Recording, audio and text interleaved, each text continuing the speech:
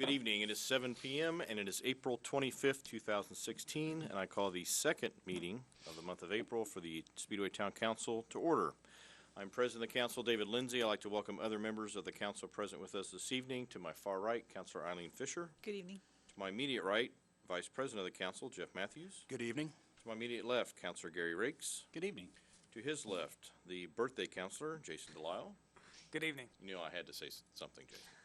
To his left, our Town Manager, Ian Nicolini. Happy birthday. Thank you. And our Clerk Treasurer, Monty Combs. Good evening. Our agenda has been posted, which we will follow this evening. The first item on the agenda is our Pledge of Allegiance. If everyone would stand, please. I pledge allegiance To the flag of the United States of America and to the republic for which it stands, one nation, under God, indivisible, with liberty and justice for all. And before we start, Ian, if you can explain the 16 that's sitting in front of me real quick, Sure. just real quick. Yeah, because without context, it looks like somebody forgot something there. That is actually a really neat relic of the Indianapolis Motor Speedway history.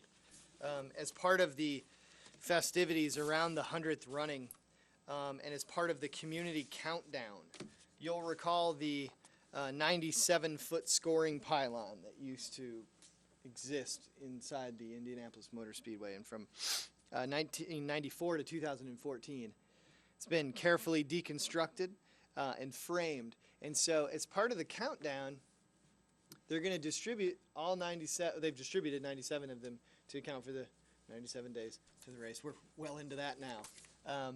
And so the numbers 1 through 33, I'm sorry, I was wrong there.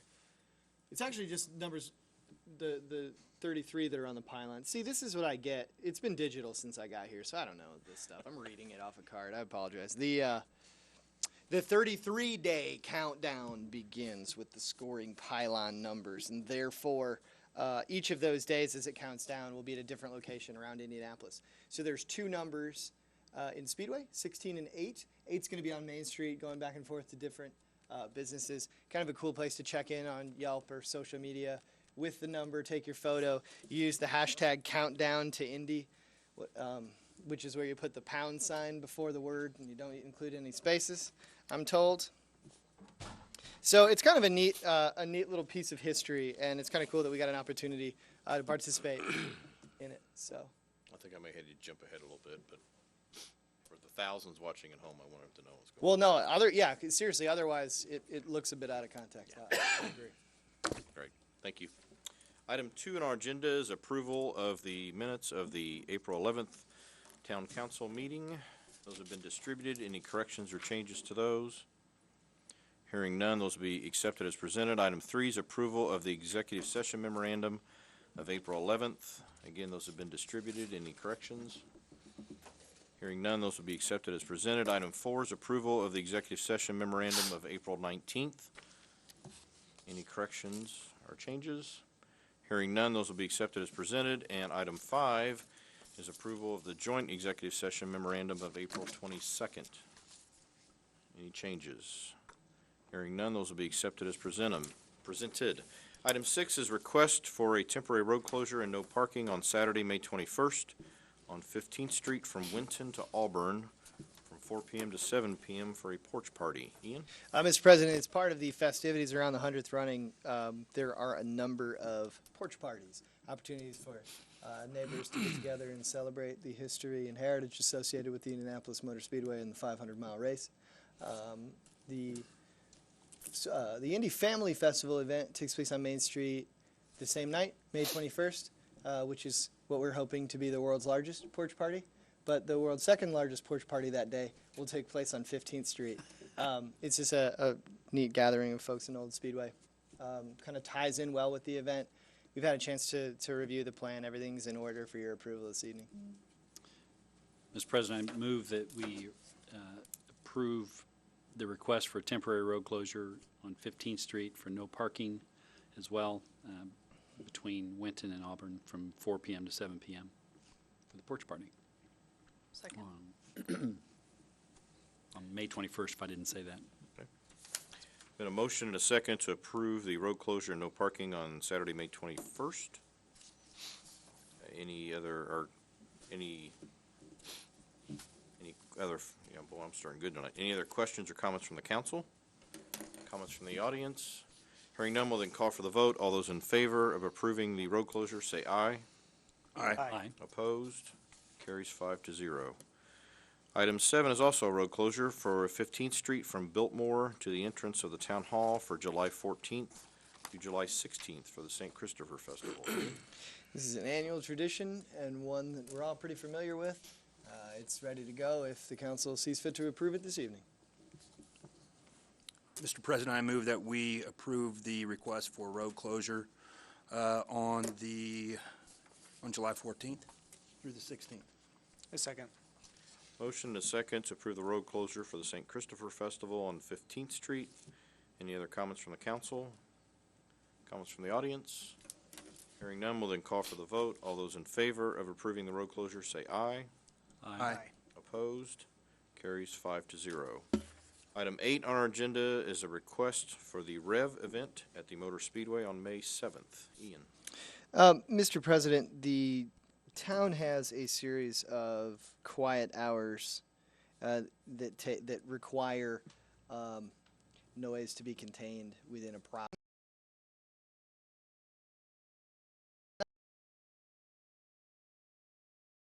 night and before certain hours in the morning. The Rev event is a event held at night. Last year we did get 3 or 4 complaints regarding the level of noise. Our police department and the folks that put on Rev have just said we'd like to coordinate a little bit more closely this year, have the DJs turn it down if we get complaints. But in order for that provision of town code to be waived, it does require formal approval by the town council. And that's hence the request. You have a letter in your packet from Dave Shaw with IMS agreeing to that coordination and requesting a waiver of the noise ordinance provisions as it relates to that event at that time.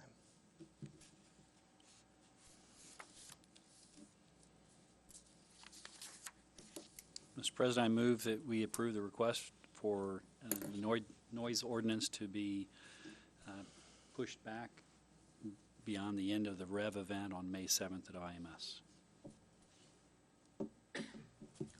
Second. Been a motion and a second to approve the request for the Rev event at IMS on May 7th. Any questions from the council? Just a comment. This I've been to this event. I'm going this year. It is a major fundraiser for the Methodist Hospital Foundation, and those monies go to help that organization. And having been at that before, I think they can easily do what Ian described in terms of turning down music a little bit at the right times of the day. So, but it's a big event. It's a very big fundraiser for Methodist Hospital. Do we have an idea about start time? Start time The event? of the event? It's like 6 p.m. Yeah.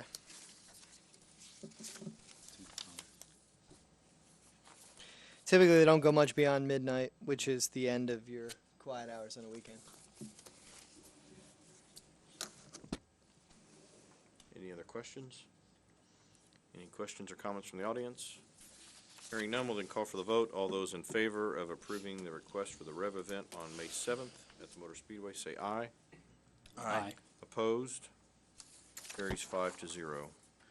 Item 9 on our agenda is ordinance 1273, which is an ordinance approving the written commitment and issuance of an alcoholic beverage permit on first reading. Ian? Mr. President, in 2015, the General Assembly included in legislation 8 additional three-way alcohol beverage permits for restaurants on Main Street. And then in 2016, that was amended to add one more and to also allow for brew pubs that have a brewery license with the state of Indiana to also be eligible for these permits. So the town was issued an additional permit, and breweries or holders of brewery permits were eligible for the permit as well. That had not been the case in prior state statute.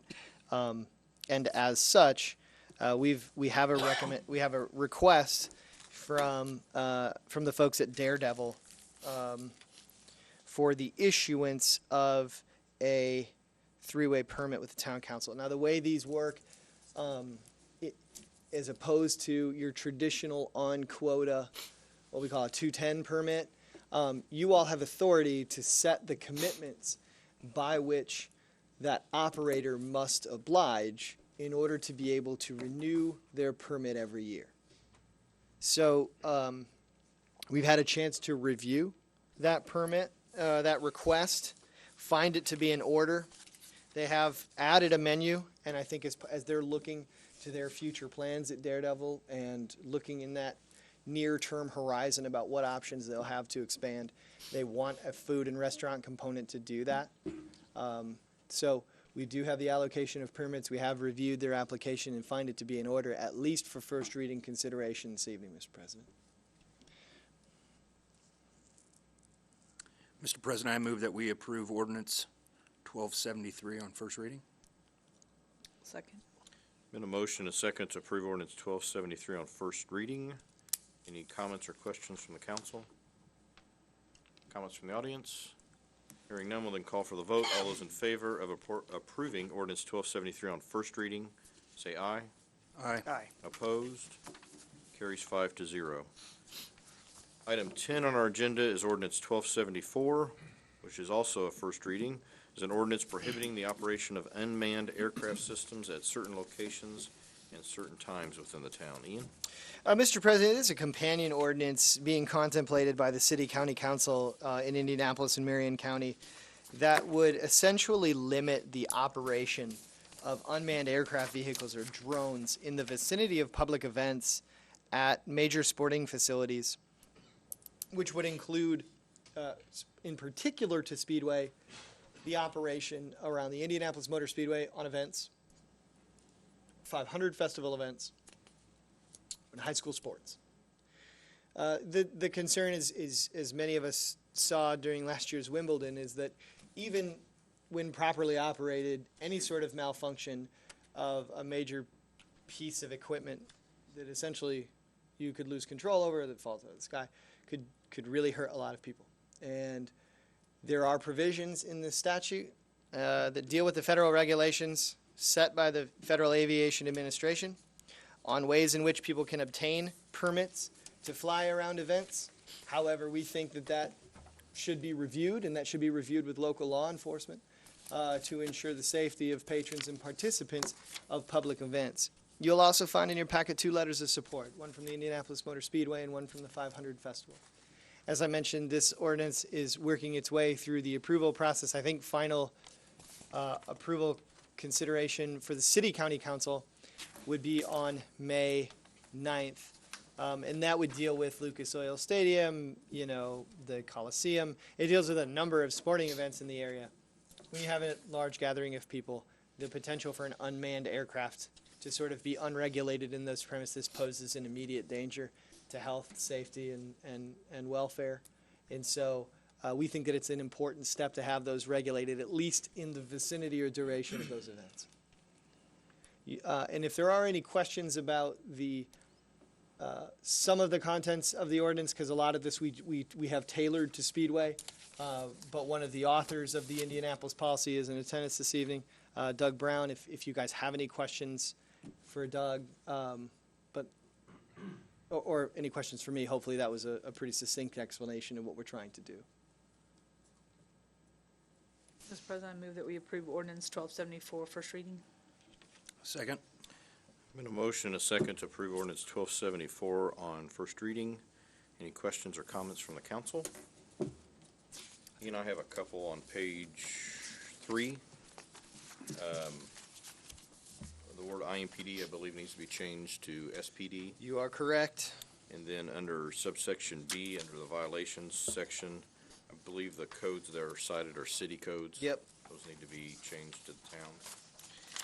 I will get those corrected so that it doesn't reference a law that doesn't exist. That would be helpful.